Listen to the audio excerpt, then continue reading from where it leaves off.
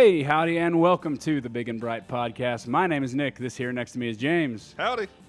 Okay, guys, so we have a lot to talk about on this cast for the next probably a couple of weeks, right? Yeah, for the for next at least few 30 weeks. days. For at least 30 days, because Texas has gone into a special session of Congress. Now, for those of you that don't know, I'm not the nuts and bolts guy on this show. That would be Mr. James. So, James, tell us, what does a special session of Congress mean? How do they begin? Who calls them? What can be done? What can't be done? Give us the breakdown. Special session can only be done if you show an actual need, it must state the actual purpose for this need. And it can be only called by the governor after a few days of the regular session, which typically ends in May, has been called. Basically, it's in the first week of June. If you don't do it by June, then you don't do it. Abbott called his, so we're doing it. So has Abbott called, so you have to have a specific need. Has Abbott stated a specific need? Yes, he has 11 separate items that he says should be on the agenda for the special session. He feels like some of it didn't actually happen during the session properly, mostly because of Democratic walkout. Mm-hmm. But yeah, that basically is what sparked it. Some have said this is because he has election coming up in 2022. Fair argument. He's kind of been nothing until Rona hit, so now all of a sudden he's conservative. I'm with you on that, but that's the claim. Again, I think he's making a run in 2022. How long is the governor's term? I believe in Texas it's 6 years. It's 6 years, 6-year term. I don't know, man. I think maybe what I'm thinking is, could he get reelected and then run for president in 2024? Would you have to have like a special election to get a new governor in here? If he wins. If he wins, yeah. I'm thinking that he might be posturing for both. I'm thinking that Abbott is you're gonna see Abbott on the debate stage in the Republican primaries in 2024. There's a chance. I don't think he gets it. At this point. I'm sorry, it's 4 years. Okay. My bad. I think if the vote was held today, if the vote were held today, I'd see somebody more like a DeSantis, a Donald Trump, obviously. Because he's the best. maybe even someone like Ted Cruz, but I'm sorry, I don't see Abbott. I don't think Abbott's a big enough name at this point. Although, dark horses have won before, a.k.a. DJT 45. Yep. But everybody laughed at him during that escalator ride. But 11 items. 11. Well, Abbott couldn't do an escalator ride. Be nice. I love you, Greg Abbott. You're a wonderful guy. Really, I am. I just like to make jokes. Anyway, let's talk about what are the bullet points? What he's put on the priorities? Well, 11 items is a lot. I didn't realize that we had lost that much through this Democratic walkout, because I thought it happened like at the end of the last session. We did, and that was just his reason. Okay, very nice, very nice. Let's be fair. So the 11 items, one of them is bail reform. The second one is election integrity, border security, social media censorship, Article 10 funding. That's where the Democratic walkout really comes into play. Yeah.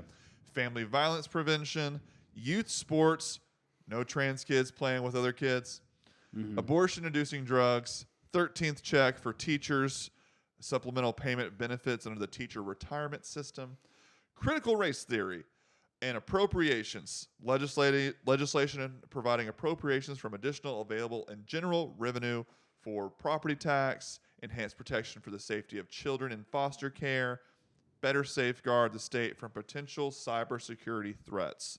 Those are the basic ones. Article 10 is kind of how this all got kicked off. So what? Yeah. The Article 10 is the one that kind of stands out as not a Republican talking point. No. And also the 13th payment, the teachers funding, right? Yeah. But let's talk about Article 10. Why? Okay. Why that? Because that really is that's kind of a standout in this Article list. 10. It's a General Appropriations Fund, or General Appropriations Act. Basically, it funds the staff of the legislators and the people who work at the Capitol. For those of you that don't know, a General Appropriations Act basically determines how money is distributed amongst the government, right? Amongst the actual government body. Article 10 is specifically pertaining to the legislator and the legislative bodies. Right. Why is that on this docket? Because Dems walked out in the last session. Yep. They had about 20 or 30 minutes left on the actual session, they realized they weren't going to be able to stall the bill for election integrity, as the claim is. They weren't going to be allowed to stall it, so they walked out. Because if you walk out and don't have quorum, you can't make a vote. So basically, they took all their stuff and they went home. So is quorum typically a part of parliamentary procedure? Like, is that something? Because I've never When it heard comes to the vote, yes. Well, I know in Texas, obviously, but I've never heard about, for example, the people in Washington doing that. Is that a thing there? I don't know. I have no idea. But yeah, so basically, if you don't have enough people, I don't know enough about their swamp. the vote can't take place, so they walked out. Yep. Article 10 is basically Greg Abbott playing chicken. Yeah. He's sitting here saying, hey, if you walk out, that's fine, but all of your staff's not going to get funded. Your department's not going to get funded. You're basically If you're not going to do your job, we're not going to pay you. Office. Yeah. Because the legislators are fine because constitutionally they have to get paid no matter what.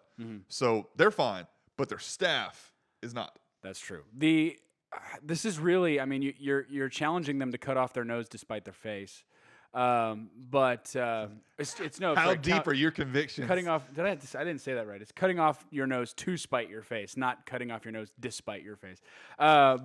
Sorry, very small but very important difference in that phrase. But all of our viewers left because you said it wrong. Grammar matters. I'm just saying.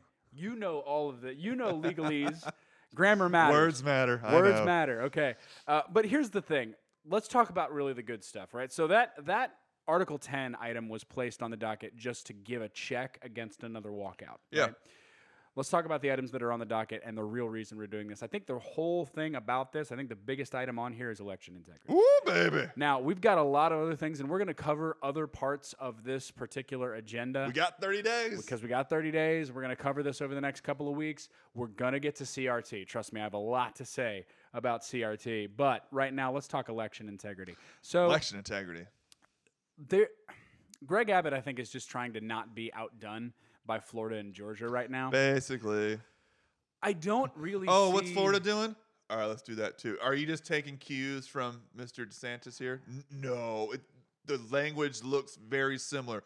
Totally different. Okay, I want to be straight on this because Georgia was from a political spectacle lens.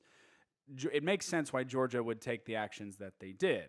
Because they were supposed to be red and they went blue. Texas was supposed to be red and it stayed red. And it stayed red, again, I know that we like to say, oh, well, at the beginning it looked, all of the urban centers voted early. It looked blue for like a third of the election. But Texas voted for Trump and it voted for Trump fairly comfortably. I'd be curious to see how much actual documented voter fraud happened in Texas. I think our election rolls are pretty clean. We're not Pennsylvania. No. We're not. Well, Texas, from despite the Rona and all that, they still weren't. They stood strong on their mail-in ballots. Like, no, you have to show me a need. You have to fit in a certain category, and if you don't fit in a certain category, tough nuts.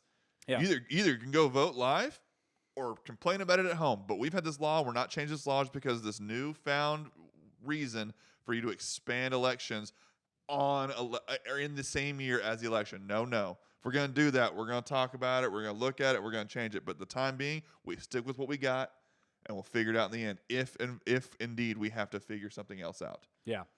Because they could have played all this crap to do a lot more before 2020, but they didn't.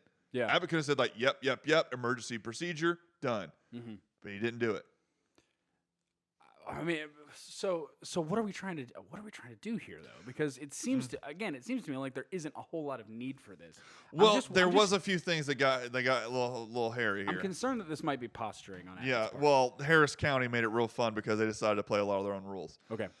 Basically, I read from Texas Tribune going over what they claim voter restriction legislation or integrity. Yeah. Depending on what side you lean, different verbiage. Ban on drive-through voting. It would outlaw. This was offered by Harris County last year, and it basically says you can't do it drive-through. You got to do it in a building. It may seem a small little thing, but certain things can happen because you can just kind of fill something out and move on and not actually worry about it. Yeah, doing it in a drive-through. Because Yeah. you got to think about when you go to a drive-through, right? The only people that you're interacting with is the guy in the drive-through and you. Whereas if you're in an actual voting polling place, you have to go through several different checks. You have to stop and see a bunch of different people, show ID at several locations, right? And then it's it's just kind of you in the booth once you actually fill this thing out. But yeah, that's sloppy. That's I'm totally in favor of getting rid What's of funny this. is this Tribune article says like this was this option proved popular, but then it says with 1 in 10 persons doing it. Okay, so That's 10%. I don't know what their definition of popular is, but 10% ain't it. For you math freaks out there, that's 10%. Yeah, It's 10% no. of people. Okay. Oh, it's popular. So what else is it doing? New regulations for early voting hours, including a ban on 24-hour voting. Take a wild guess which county actually offered this. You're right, Nick. As you Harris said, County. Harris County. Yep. So it'll stop over a ban on 24-hour voting because if it's 1 a.m. to 4 a.m., not a lot of people are monitoring this crap. Yeah. And we want to make sure it's like, no, you're going to do this in the day. Not a lot of positive things happen at 2 o'clock in the morning. No. But I understand the need for. I understand the case for 24-hour voting is what about people that work night shift, basically. I dated and then eventually married a night shift nurse for a long time. I understand if it happened on election day that the night shift nurse was on her shift and she was asleep during the day or something along those lines, or somebody who works a 12-hour block shift and can't make it to the polls at that time. Yeah. I think the polls should be open for a while. And by the way, I'd totally be in favor of some sort of bill making election day a national holiday to where most people are off work. Yeah. And you can just, think about it. You can just go tailgate at the polls. Why not? Yeah, Right? I'm not a fan of that. There'd be big lines, but the fact is you can't. We got to find ways to, if we're going to put these measures down, where you say things like, especially limiting the time on the polls, you've got to also concede that with, okay, but we understand that you need to have people able to physically get there on election day, so we have to provide some concession for that, and we can't necessarily leave that up exclusively to independent companies because it's a national. It's, again, we talked about a one voice thing. Yeah. This is sort of a one voice thing, right? We need to give our citizens the ability to vote. I think that's a fine concession. I don't, but okay. Okay. That, Yeah. So that's fine. okay. Being correct's not for everybody. But here's my simple argument to it. Ever heard of early voting? Yeah, your problem solved. Then. I don't Get like out of early here. voting. You're I don't outta like. here. I'm sorry. I don't like early Limit voting. early voting to 10 days instead of the days we allow now. Yeah. There you go. Your problem solved. You have 10 days to figure out when you want to vote. No. Anyways, I don't like next on the early voting. list, a ban on distribution of mail-in ballot applications, which Texas has already had. Texas didn't actually mail out a lot of these, like I said earlier, because that's been our law. Like if you ask for it, You have to we will send request it. but we're not going to just send it because you could vote and then you get a letter. And some people have nefarious things. Yeah. And they will say, I'm going to vote twice. And by the way, I really love DJT, so I'm going to do it twice. By the way, you should absolutely severely limit the amount of people who are legally able to request an early vote to maybe senior citizens, soldiers overseas. But you got to have a way, like this whole, like, I don't have to give a reason why I'm requesting my mail-in ballot. Sorry, dude, show up. Yeah. Just get to the poll. Take a wild guess what county decided to go against Texas law. Hold on. Survey says Harris County. Harris County. There you Yep, go. Yeah. It seems like Houston has a bunch of fun stuff going on down there. Thank you, Harris County. We appreciate all this. Yeah. We wouldn't have to have this special session if it wasn't for y'all. If they literally just abided by the same law we've had, this wouldn't be a huge issue. But because you wanted to push the envelope, we were going to push straight on back then. The next one is new ID requirements for voting by mail. That's kind of, it's explanatory. You have to have your ID, also provide your last 4 digits of your social. Yeah. Just basic, you are who you say you are, right? Because now ID is not racist. Don't worry, that narrative is now flipped because Republicans have been saying this, not Democrats. Yeah. This is a crazy thing. So this word voter suppression, okay? It's a lie. This term voter suppression. Well, it's not even just a lie. It's the concept of voter suppression. The word is not suppress. We are suppressing. Certainly, we are suppressing certain people from voting. Illegal voters? Yeah, those are people that are not legally allowed to vote, right? That's not voter suppression. That's illegal voter suppression. You know what I hear when I hear voter suppression? What's that? Oh, Democrats must have lost. Exactly. It's every time. And I mean, I've had people make this case to me, and the crazy thing, I said, give me evidence that there's voter suppression in these laws. And their evidence is, and James, you can back me up on this, this is not evidence. Their evidence is Republicans have the minority in the country, ergo, any effort that is like any laws that they pass has to have voter suppression because they have to keep people out of the polls. That's motive. Motive is not necessarily evidence. And it's you don't have anything to back up the you don't have first anything to back statement. up. I don't want to know why they claim. would. I want you to show me that they did, right? That there is voter suppression. And I'm sorry, if you I tell went through me, it for 2018. I remember sending you this. Their best case they had was 150-ish people, and mostly it was because someone said something mean to them. It's not voter suppression. I can stand in the line and be called an idiot because you're voting Democrat or Republican. Okay, I'm an idiot. I'm still going to go vote. No one's stopping me. Yeah. But they were rude. And I'm sorry, the notion, this is the craziest notion, man, because you go around, especially like a bunch of privileged white kids on college campuses, right? You hear them say, well, you know, certain people can't get ID. Certain people don't know how to use the internet correctly. Who are those certain people you're talking about? Yeah. Who are those certain people you talk about, you gentrifying racist? Yeah, what I found funny is I was actually thinking about this, and I heard their little comments. Back in the day, before the Civil War, Democrats were the ones, the party of slavery. Mm-hmm. Before we got to 1964, Democrats were the ones for segregation. Yep. Now they claim to be the for the black people, despite a lot of things doing it. But the way they're for them is to let the world know they're not as bright as us, guys. We have to do special things for them because they just don't know. They don't know. You kidding me? I mean, one example, Ben Carson. Okay. What is he? He's a literal brain surgeon. Yeah. he's literally you literally can't look at Ben Carson. The Carson. first one to sever conjoined twins successfully. Ben Carson is one of the few people in the world where he can literally look at his life and not say, well, it ain't brain surgery. Because it literally is. It's actual brain surgery. You crazy people.